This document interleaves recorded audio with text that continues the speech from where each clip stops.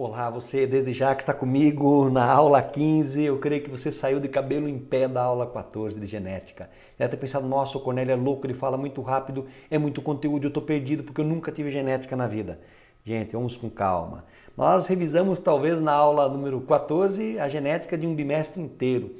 Falamos aí em probabilidade, falamos em conceitos e claro, reservamos uma aula inteira para que nós possamos praticar, para que você junto comigo arrase no Enem 2015. Esse é o objetivo. E claro, acerte as questões que aparecem com frequência bastante acentuada até no Enem, questões de genética, mas a maior parte é interpretativa. As questões não têm normalmente cálculos. E quando aparecem cálculos, eles são cálculos que dependem no primeiro instante de uma interpretação que você vai conseguir fazer de forma muito eficiente. Então agora a aula é reservada para praticarmos isso. Junto comigo, vamos lá e eu espero que agora você entenda aqueles aspectos que ficaram talvez um pouco mais complexos ou passaram de uma forma mais ligeira, muito rápida, para você na aula anterior. Então vamos lá, praticando um pouquinho de genética agora. Vamos lá comigo? Diz assim, questão número 1 que nós vamos avaliar agora. Diz assim, chegamos ao mundo com instruções básicas de funcionamento guardadas nos genes. Quando o pai é obeso, o risco do filho também ser obeso é de 40%. Se pai e mãe forem obesos, esse índice sobe para 80%. Ou seja, o dobro de possibilidade. Então, cada um cooperou com metade. Entretanto, as condições de vida dentro do útero da mãe podem alterar a ordem ditada pelos genes. Então tem influência no fenótipo, numa questão externa. O indivíduo pode ter o genótipo para ser obeso, mas ele mora num lugar onde ele não tem comida. Ou se for uma cria, por exemplo, você pode não dar comida para essa cria. Entretanto, as condições de vida dentro do útero da mãe podem alterar a ordem ditada pelos genes. Além disso, o ambiente também pode fazer com que algumas dessas instruções sejam ignoradas ou excessivamente valorizadas. O que eu falei. Pode ser que a comida dada, ela influenciou de forma negativa ou positiva. Agora, de acordo com Mendel, a contribuição genética materna em percentual pode desencadear a obesidade em... de acordo com Mendel, a contribuição genética materna. Nós vimos que, voltando aqui para o exercício, que quando o pai é obeso, o risco do filho ser obeso é de 40%. Quando a mãe é obesa e o pai, o risco sobe para 80%. Ou seja, a mãe cooperou com o quê? Com metade.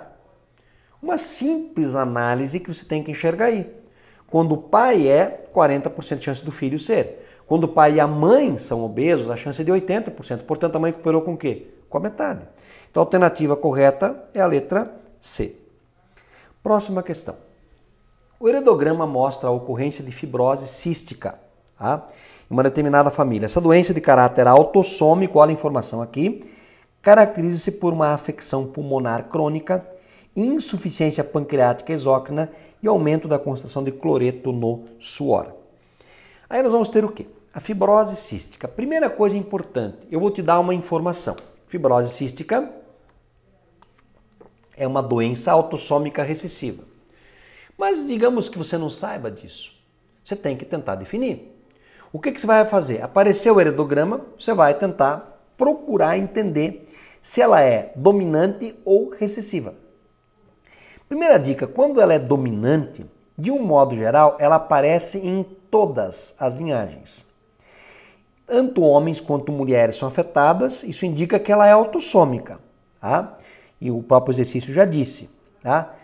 Agora, quando eu tenho uma herança autossômica dominante, os pais que são não afetados só podem gerar filhos não afetados. Agora, quando eu tenho uma herança recessiva, pais não afetados podem gerar filhos afetados. Cornélio, não entendi. Então olha aqui, vamos simular. Imagina, portanto, que eu considere a hipótese. O indivíduo que é azão ou azão-azinho, ele é afetado. E o indivíduo que é azinho-azinho, ele é normal. Então vamos colocar aqui, esse é afetado. Azão alguma coisa, normal. Azinho-azinho. Azinho-azinho, azinho-azinho, azinho-azinho. Poderia ser? Poderia. Ó, um azinho pode ter vindo daqui, o outro daqui. Agora aqui, azinho, azinho, azinho, azinho. Posso produzir o indivíduo azão alguma coisa? Não. Eu já descartei a possibilidade. Essa herança não é autossômica dominante. Se ela não é autossômica dominante, o que que ela é? Autossômica recessiva. Então, o que que vai acontecer? Azão, azão ou azão, azinho, tá? São indivíduos normais. E o azinho, azinho é um indivíduo afetado. Beleza? Então, a gente vai agora arrumar o heredograma. Tá? Então, vamos apagar isso que não é e vamos arrumar o heredograma. Vamos lá. Junto comigo. Tá? Indivíduo afetado. Azinho, azinho. Normal, azão, alguma coisa. Azão, alguma coisa, azão, alguma coisa, azão, alguma coisa. Ó. Azão, azão, azinho, azinho, azinho, azinho, azão, azão, azinho, azinho, azão. Beleza até aí? Agora vamos continuar definindo aqui os genótipos. Se esse é azinho, azinho, ele só pode ter doado para os seus filhos o azinho. Tá? Aqui eu continuo sem saber o que que é. Beleza? Agora aqui, esse é azinho. Um azinho veio do pai, o outro azinho veio da mãe. Já defini esse indivíduo. Esse aqui é azinho. A única coisa que ele pode doar para cá é o azinho. Aqui eu continuo não sabendo o que que é. Agora aqui, ó. Azão, tá? Azão, azinho. Agora, observem que esse indivíduo cruzou, na verdade, casou com dois outros indivíduos. Ó.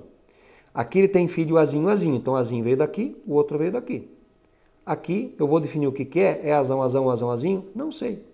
Então, esse eu não sei determinar, esse eu não sei, esse eu não consigo. Tá?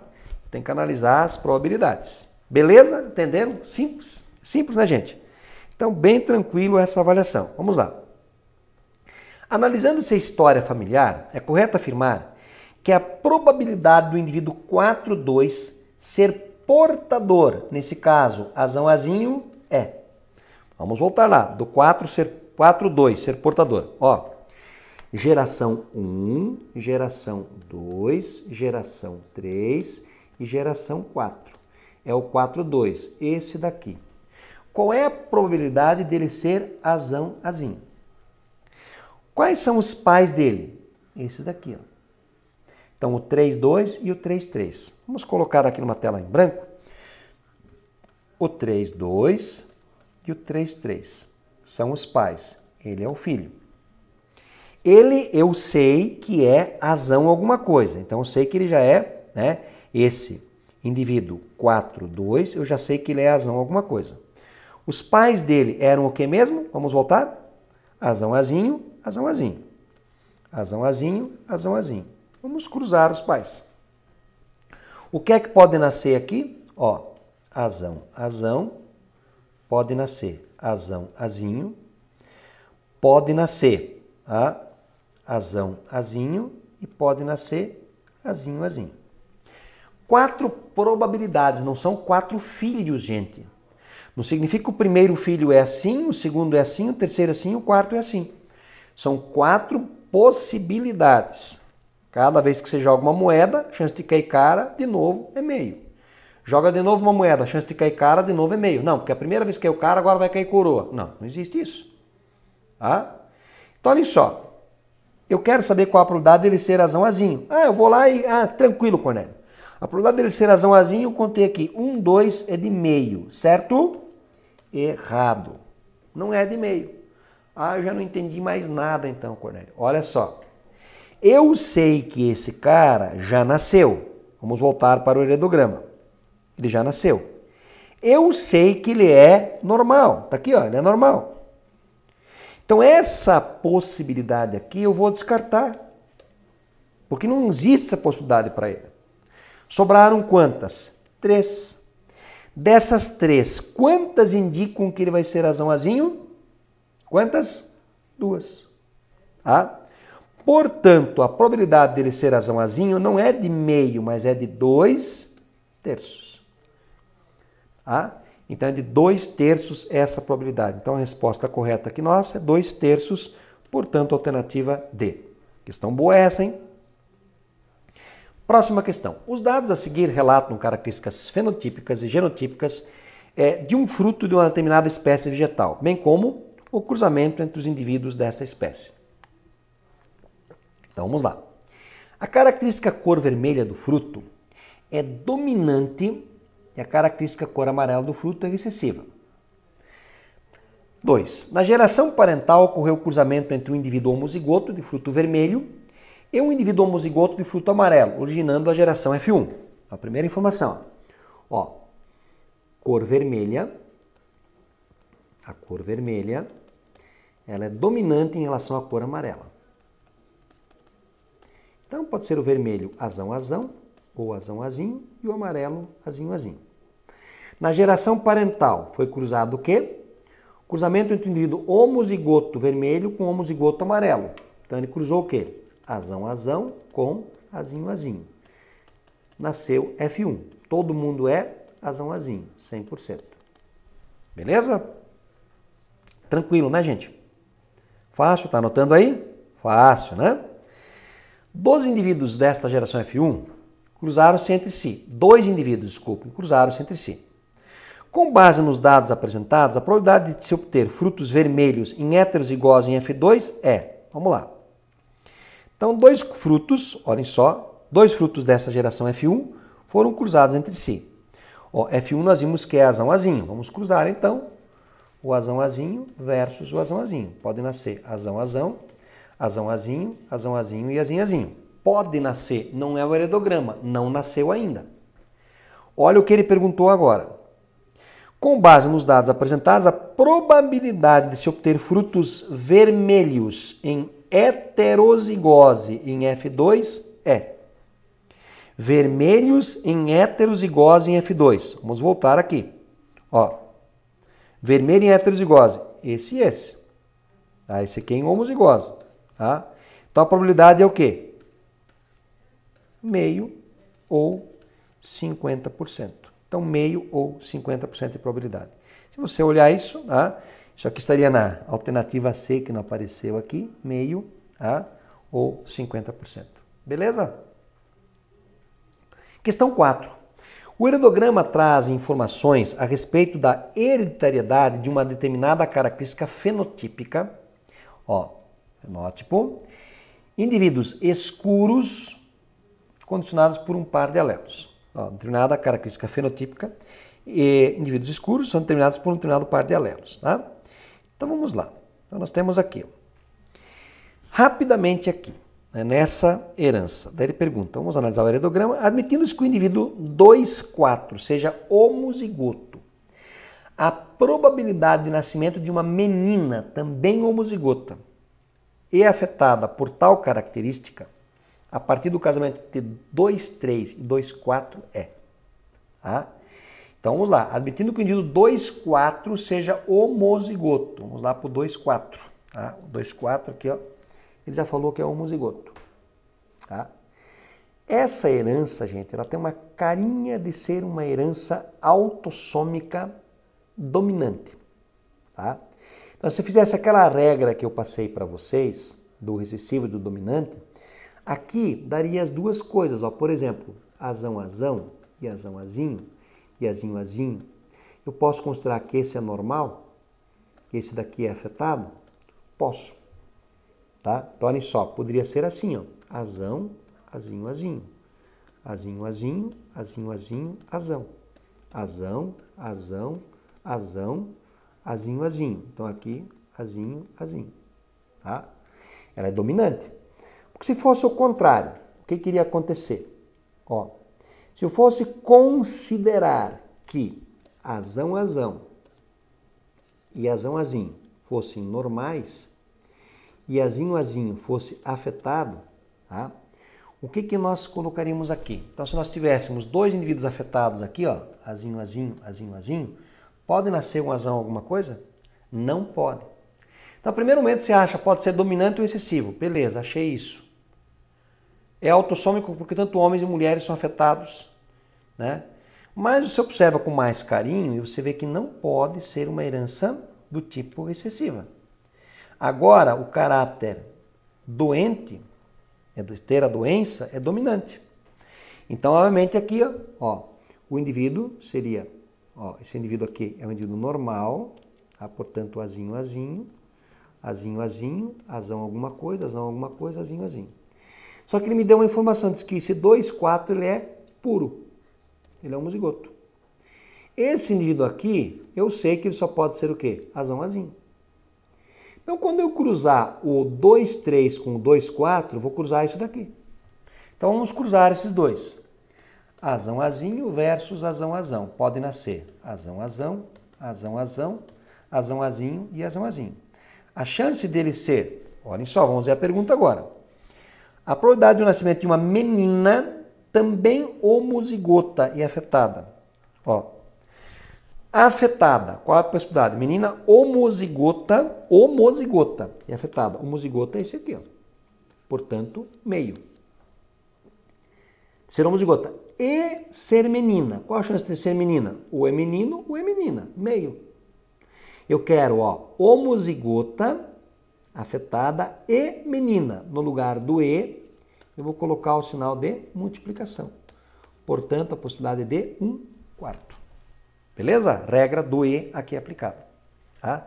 1/4, portanto, resposta correta, letra C. Questão de número 5. Para determinada espécie de planta, a cor das pétalas e a textura das folhas são duas características monogênicas, ó. Tá? Um único gene que define, um único par de genes, de grande interesse econômico, já que as plantas com pétalas vermelhas e folhas rugosas atingem alto valor comercial. Para evitar o surgimento de plantas com fenótipos indesejados nas plantações mantidas para fins comerciais, é importante que os padrões de herança dos fenótipos de interesse sejam conhecidos. Claro, aqui o interesse é comercial. A simples análise das frequências fenotípicas obtidas em cruzamentos controlados pode revelar tais padrões de herança. No caso em questão do cruzamento de duas linhagens puras homozigotas, uma composta por plantas de pétalas vermelhas e folhas lisas e outra por plantas de pétalas brancas e folhas rugosas, P2, foram obtidas 900 plantas. Cruzando as plantas de F1, foi obtida uma geração F2, cuja frequência fenotípica são apresentadas no quadro a seguir. Tá? 900 plantas com pétalas vermelhas e flores lisas, 900 plantas com pétalas vermelhas e folhas lisas, 300 com pétalas vermelhas e folhas rugosas, 300 com pétalas brancas e folhas lisas e 100 com pétalas brancas e folhas rugosas. Gente, aqui nós temos já uma indicação de quem domina quem. Ó, foram cruzadas 900 plantas com pétalas vermelhas e folhas lisas. Vamos lá. E obtive 900 plantas com pétalas vermelhas e folhas lisas. Pétala vermelha domina branca e folha lisa domina rugosa. Então, vamos lá. O vermelho domina o branco, tá? E o liso domina o rugoso. Tá?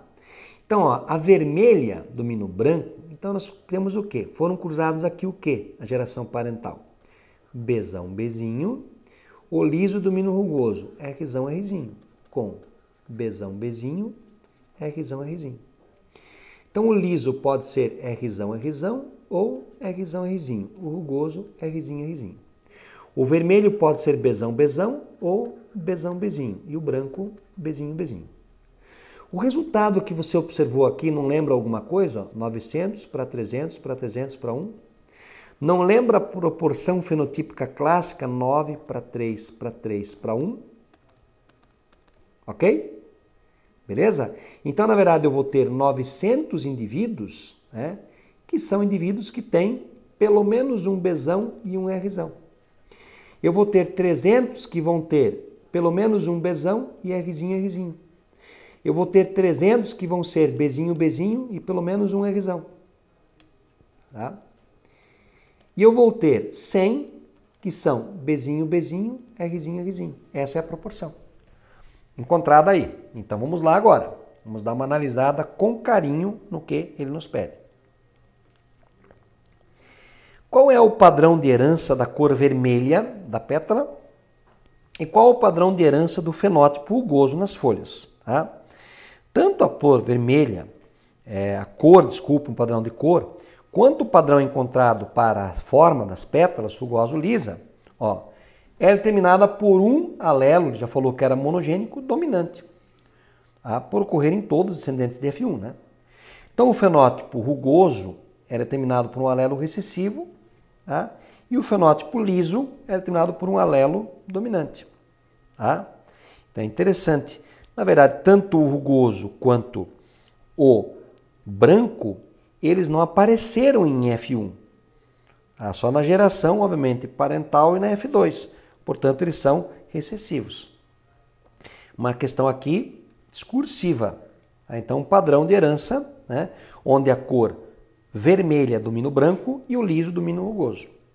Qual é a proporção do fenótipo duplo heterozigoto, genótipo heterozigoto, para os dois locos gênicos em F2? Qual a proporção do genótipo duplo heterozigoto? Tá? Então, a proporção, né, do genótipo duplo heterozigoto para os dois pares de alelos em F2, né, nós vamos ter o duplo heterozigoto. Vamos fazer o cruzamento para ficar mais claro para você. Então, eu tinha o Bzão Bzinho, Rzão Rzinho, e cruzei com o Bzão Bzinho, Rzão Rzinho. Eu vou obter os gametas Bzão Rzão, Bzão Rzinho, Bzinho Rzão e Bzinho Rzinho. O outro indivíduo é a mesma coisa. Bzão Rzão, Bzão Rzinho, Bzinho Rzão e Bzinho Rzinho. Eu vou fazer o famoso quadro de Punnett. Então, o que eu vou ter aqui? Bzão Bzão, Rzão Rzão. Bzão Bzão, Rzão Rzinho. Bzão Bzinho, Rzão Rzão. Bzão Bzinho, Rzão Rzinho. Bzão Bzão, Rzão Rzinho. Bzão Bzão, Rzinho Rzinho. Bzão Bzinho, Rzão Rzinho. E Bzão Bzinho, Rzinho Rzinho. Bzão Bzinho, Rzão Rzão. Bzão Bzinho, Rzão Rzinho. Bzinho Bzinho, Rzão Rzão. Bzinho Bzinho, Rzão Rzinho. Bzão Bzinho, Rzão Rzinho. Bzão Bzinho, Rzinho Rzinho. Bzinho Bzinho, Rzinho, Rzão Rzinho. E Bzinho Bzinho, Rzinho, desculpem, Rzinho Rzinho. Ele quer saber, cruzando dois duplo heterozigoto, qual a chance de ter uma filiação dupla heterozigota? Se você olhar, gente, tem um macete. O duplo heterozigoto sempre vai estar na diagonal. Este e este. Tá? E o duplo homozigoto, para as duas características, está aqui. Bzinho, Bzinho, Rzinho, Rzinho. Bzinho, Bzinho, Rzão, Rzão.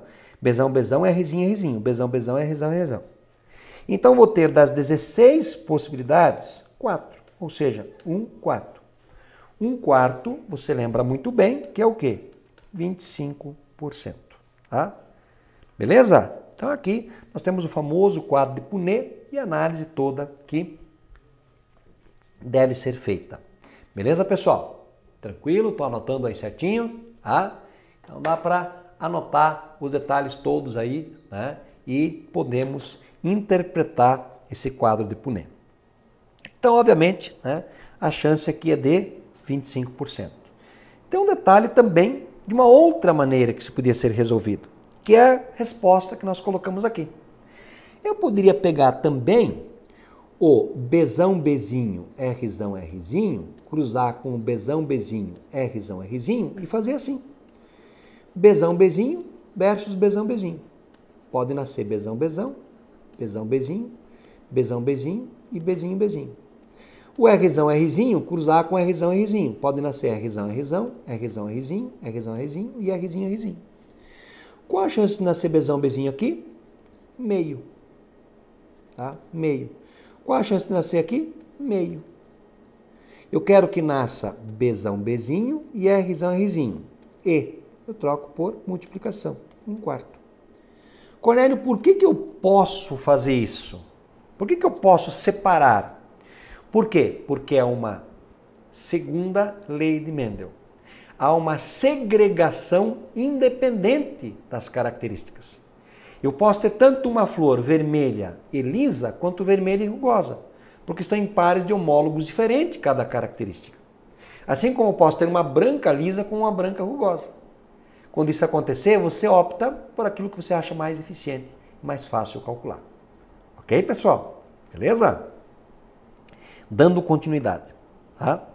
Considere uma célula com o genótipo a seguir e suponha que ela entre em divisão meiótica. Então essa célula aqui, ela é o quê? Azão, Azinho, Bzão, Bzinho. Eu posso afirmar que é uma segunda lei? Não estou ouvindo vocês. Posso ou não posso? Posso, né? Por quê? Porque eu tenho uma característica num par de homólogos e outra na outra. Se fosse uma terceira lei, lei de Morgan, nós teríamos assim, ó, o Azão, o Bzão, o Azinho e o Bzinho. Duas características no mesmo cromossomo. Isso aqui não está ocorrendo. Então aqui é uma segunda lei. Entra em meiose. Ele pergunta, qual será a composição de alelos, tá, nesta célula ao final da fase S da intérfase? Justifique sua resposta. Tá? Então olhem só. Nós vamos ter aqui, ó, esse indivíduo estava assim representado, a célulazinha. Assim. Tá? Aqui tinha Azão, Azinho, aqui Bzão, Bzinho, certo? No final da fase S, S não duplicou, então o cromossomo ficou assim. Tá? Então, na verdade, como houve essa duplicação, esse indivíduo aqui se duplicou primeiro e o duplicou também. Então, eu vou ter, na verdade, né, o dobro, né, de indivíduos, o dobro de material genético, desculpem, que eu tinha anteriormente. Eu tinha Azão, Azinho, Bzão, Bzinho. O que eu vou ter agora? Azão, Azão, com Azinho, Azinho, o Bzão, Bzão, com o Bzão, Bzinho. Então, vou ter isso daqui. Tá? Vou ter o dobro aqui, ó. Então, vou ter o Azão, o Azão, o Azinho, o Azinho, o Bzão, o Bzão, o Bzinho, o Bzinho. Vou ter o dobro ao final, porque na fase S ocorreu a duplicação do material genético. Como acontece a duplicação, tem que ter o dobro. Tá? Suponha que ao final desta meiose não tenha ocorrido o crossing over. Não ocorreu a troca de pedaços. Por exemplo, o Azão, você tinha isso daqui, o Azão, o Azinho. Tá? E o Bzão e o Bzinho. E este par de cromossomos não trocou nada com esse.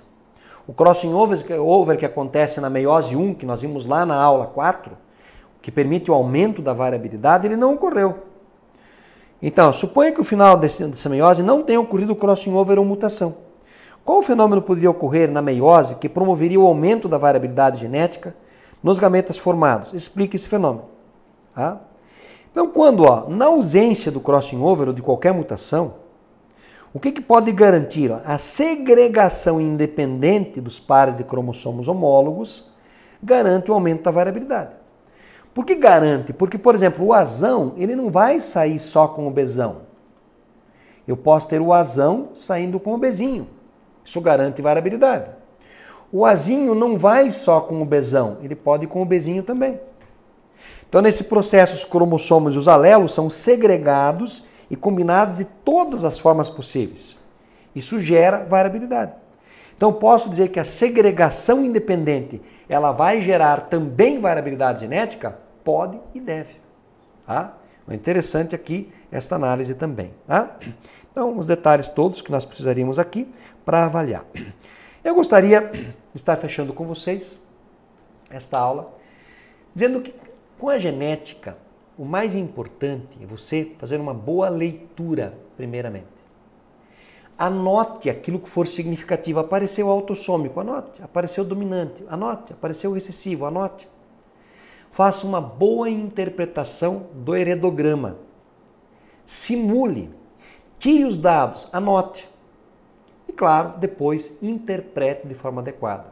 Observe que a matemática entra com uma ferramenta lá no final. Depois de uma interpretação tua. Ela é uma ferramenta para ajudar a calcular. Só. Ela não é o cerne da genética. O cerne é a tua capacidade interpretativa. Um grande abraço a todos e não esqueça, Enem 2015, arrasando no Enem 2015. Arrase você também. Foi um prazer imenso. Nossa 15ª aula, Biologia, professor Cornélio com vocês. Valeu, pessoal.